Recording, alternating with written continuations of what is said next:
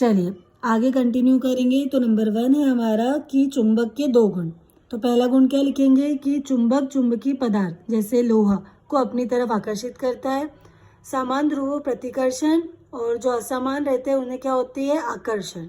ठीक है, नेक्स्ट आ जाइए। दृक् सूचक के 2 उपयोग, ये कोई काम का नहीं, रहने दीजिए। परितंत्र किसे कहते हैं, तो किसी क्षेत्र के सभी जीव तथा वातावरण के अजैव कारक को जो संयुक्त रूप से जो मिलते हैं उसे हम क्या कहते हैं, परितंत्र। उत्पादक किसे कहते हैं, तो वे जीव जो अपना भोजन स्वयं बनाते हैं उसे हम क्या कहते हैं बेटा, उत्पादक। विकृत गंधिता हमने पहले भी पढ़ा हुआ था इसको कि अपन कह सकते हैं कि जो भी तेल या वसा वाली जो चीज़ें हैं वो एयर वाटर मॉइस्चर जल वायु नमी के कांटेक्ट में आने से अपनी प्रॉपर्टी खो देते हैं, उनका जो स्वाद है वो बदल जाता है, उसे हम क्या कहते हैं, विकृत गंधिता। डायग्राम देख लीजिए आप। ठीक है, नेक्स्ट अब आ जाते हैं अपन प्रकाश का विक्षेपण। तो आपको इसको सिंपल लिखना है कि एक श्वेत रेखा जब 7 कलरों में विभक्त हो जाती है उसी को हम क्या कहते हैं, प्रकाश का विक्षेपण। अम्ल और क्षार में अंतर देख लीजिए। अम्ल स्वाद में कैसे होते हैं, खट्टे। क्षार कैसे होते हैं, कड़वे। अम्ल जो है वो नीले लिटमस से किसमें चेंज हो जाते हैं, लाल, और ये लाल से नीले। ये जलीय विलयन में हाइड्रोजन आयन प्रदान करते हैं और क्षार हाइड्रोजन आयन प्रदान नहीं करते। ये क्षारकों को उदासीन करते हैं, ये अम्ल को उदासीन करते हैं। ठीक, अगर इलेक्ट्रॉन डॉट स्ट्रक्चर आ जाए तो आप बना लीजिएगा। CH4 का बनाना था तो C एक बार लिखा, 4 इसे 2 बार कर दिया। प्रकाश संश्लेषण के लिए आवश्यक कच्ची सामग्री कहाँ से प्राप्त करते हैं पौधे, तो देखो कार्बन डाइऑक्साइड कहाँ से प्राप्त करते हैं बेटा, वातावरण से। जल कहाँ से प्राप्त करते हैं, तो पौधे जो हैं वो जड़ से क्या प्राप्त करते हैं, जल। सूर्य का प्रकाश सूर्य से। क्लोरोफिल हरे पत्तों में क्या होता है, क्लोरोप्लास्ट होता है, जिसमें क्या उपस्थित होता है, क्लोरोफिल। होपफुली आपको समझ में आ गया होगा। ऊष्माशोषी अभिक्रिया, तो वे अभिक्रिया जिसमें ऊष्मा का क्या होता है, अवशोषण या ऊष्मा अवशोषित होती है उसे हम क्या कहते हैं, ऊष्माशोषी। श्वसन को ऊष्माक्षेपी अभिक्रिया क्यों कहते हैं, तो देखिए समझिए। पाचन क्रिया के समय भोजन हमारे शरीर में उपस्थित ऑक्सीजन की उपस्थिति में ऑक्सीजीकरण द्वारा ऊर्जा मुक्त करता है। बिल्कुल सही बात है। इस प्रक्रिया में ऊर्जा मुक्त होती है, इसलिए श्वसन को क्या कहते हैं, ऊष्माक्षेपी। एक बार फिर समझिए, जब हम खाना खाते हैं तो जब हम ऑक्सीजन हमने ली है उस ऑक्सीजन से हमारा खाना क्या हो जाएगा, ऑक्सीकरण हो जाएगा उसका, जिससे अब ऊर्जा निकलेगी।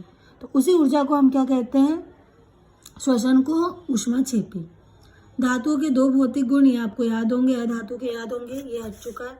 दंत क्षय क्या है, तो धातु का इनेमल कैल्शियम हाइड्रोक्सल्फाइड का बना होता है, हम जानते हैं, जो शरीर का सबसे कठोर पदार्थ है। यह जल में नहीं घुलता, किंतु मुंह में pH का मान कितना होता है, 5.5 से कम होने की वजह से ये क्या होता है, हमारे मुंह में घुल जाता है। इसे हम कहते हैं दंत क्षय। एक लिंगी पुष्प क्या है बेटा, तो एक लिंगी पुष्प आप बोलोगे ऐसे पुष्प जिनमें जनन के लिए केवल कोई एक अंग की पाया जाता है, उसे हम क्या कहते हैं, एक लिंगी। स्वपरागण, जब एक पुष्प के परागण उसी पुष्प में या उसी पौधे के दूसरे पुष्प से स्थानांतरित हो जाते हैं उसे क्या कहते हैं हम, स्वपरागण। मतलब अपने ही पुष्प से वर्तिकाग्र या उसी पुष्प के या उसी पौधे के वर्तिकाग्र उसी में स्थानांतरित हो जाते हैं, उसे कहते हैं स्वपरागण। मेंडल की प्रभाविता का नियम देख लीजिए। जब विपरीत लक्षणों के जोड़े को ध्यान में रखकर क्रॉस कराया जाता है तो पहली पीढ़ी में केवल प्रभावी लक्षण ही दिखाई देगा। ये था मेंडल का प्रभाविता का नियम। मतलब कि जब विपरीत लक्षणों को, है ना, जो अलग अलग लक्षण के जोड़े उनको ध्यान में रखकर क्रॉस किया जाएगा तो पहली पीढ़ी में केवल क्या दिखाई देगा, एक ही लक्षण दिखाई देगा, प्रभावी। मतलब या तो सब अच्छे होंगे या तो सब खराब होंगे। ठीक है, गोली दर्पण की मान लीजिए त्रिज्या रेडियस इतनी दी है, F निकालना तो इस तो F = R/2 हो जाएगा। वक्रता त्रिज्या किसे कहते हैं, तो गोली दर्पण का परावर्तक पृष्ठ जिस गोले का भाग है उसी को हम क्या कहते हैं, वक्रता त्रिज्या। विभवांतर किसे कहते हैं, तो देखिए किसी विद्युत क्षेत्र में एकांक धन आवेश को एक स्थान से दूसरे स्थान तक लाने में किया गया कार्य क्या कहलाता है, विभवांतर। मतलब एक स्थान यहाँ से यहाँ तक लाने में जो आपने वर्क किया, जो आपने काम किया, उसी को हम कहते हैं विभवांतर। विभव किसे कहते हैं? तो एकांक धन आवेश से अनंत से किसी एक बिंदु तक लाने में किया गया कार्य, उसे क्या कहते हैं? विभव। इनके डायग्राम एक बार देख लीजिएगा। विद्युत सेल का ऐसा बनता है, तार का ऐसा, बल्ब का ऐसा, वोल्टमीटर ऐसा।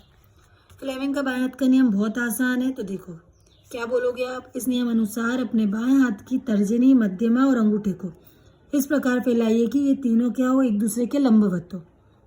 तर्जनी चुंबकीय क्षेत्र की दिशा बताएगी, मध्यमा चालक में प्रवाहित विद्युत धारा की दिशा का संकेत करेगी, अंगूठा बल की, है ना, ये बल की दिशा। बस तीन आपको बताना है। क्या? तर्जनी, मध्यमा और अंगूठा। तर्जनी क्या बताएगी बेटा?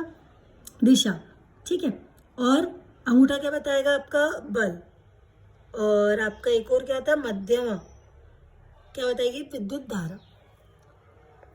नेक्स्ट आ जाइए आप, जैविक आवर्धन क्या है? तो जब कोई हानिकारक रसायन जैसे DDT किसी खाद्य श्रृंखला में प्रवेश करता है तो धीरे धीरे क्या होने लगता है? उसका पोषक स्तर में बढ़ता जाता है, तो उसी को हम क्या कहते हैं? जैविक आवर्धन।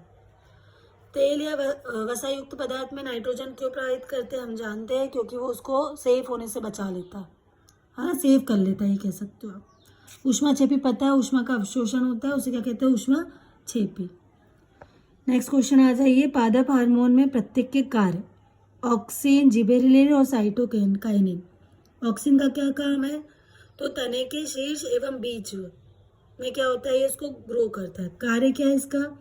कोशिका विभाजन और कोशिका, बस विभाजन लिख दो, खत्म करो। जिबरेलिन का कार्य क्या है? ये मैं आपको थोड़ा सिंपल करके बताऊंगी, यार थोड़ा कठिन लग रहा है मेरे को। चलो आप ये आई का डायग्राम देख लो। पीएच मान क्या है? तो जिसमें आप क्या अम्ल और क्षार का पता कर सकते हो किसी विलयन में, उसे को हम क्या कहते हैं? पीएच मान। दैनिक जीवन में इसका महत्व आपको पता ही है, एक बार उसको पढ़ लेना। Baking soda, washing soda, bleaching powder आना है, मतलब आना है, नो डाउट। एक बार इसको आप देख लीजिएगा, उनके सिंबल देख लीजिएगा। उसके बाद है हमारा अमीबा अपना भोजन कैसे प्राप्त करता है। ओके।